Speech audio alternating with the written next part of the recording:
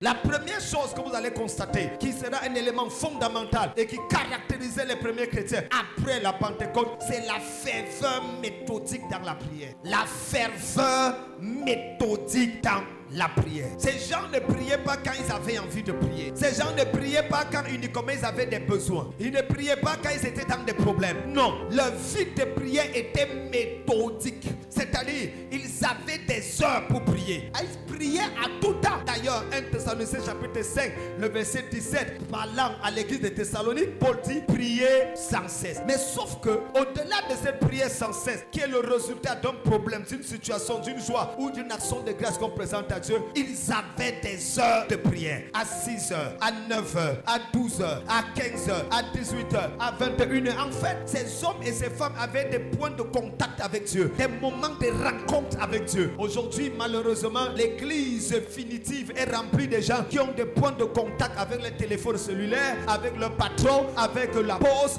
déjeuner, mais ils n'ont pas de point de contact avec le Dieu créateur du ciel et de la terre, celui qui détient leur vie entre ses mains. Il est important, si nous voulons revoir les effets de la Pentecôte dans nos vies, d'avoir ce que j'appelle la ferveur dans la prière méthodique. Cette ferveur méthodique de la prière nous amène à prier à temps et à contre-temps. Je ne prie pas parce que j'ai un problème, je prie parce qu'il faut prier. Je ne prie pas parce que je suis dans la joie, je prie parce qu'il faut prier. Je prie parce que la prière est la respiration du chrétien. Ma prière doit être prière de 15 minutes, 20 minutes, 30 minutes, 1 heure, 1h15, 1h25, 1h50, 2 heures de prière. Ça doit être établi dans le plan que en réalité de 6h à 6h30, c'est mon temps de prière. Qu'il pleuve ou qu'il neige, ça doit être établi dans mon agenda, dans mon conscient et mon subconscient, que de 9h à 9h10, je dois être rencontré mon Dieu. Ça doit être établi dans ma vie, que de 14h à 17h, ou alors à l'heure de la pause,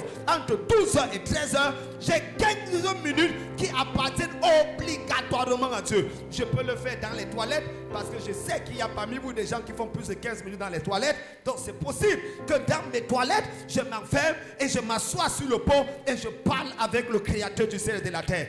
Croyez-moi et rassurez-vous, il ne sentira pas les odeurs des toilettes, mais c'est plutôt l'odeur du péché dans nos cœurs qui sent et que ça fait mal à sa vie.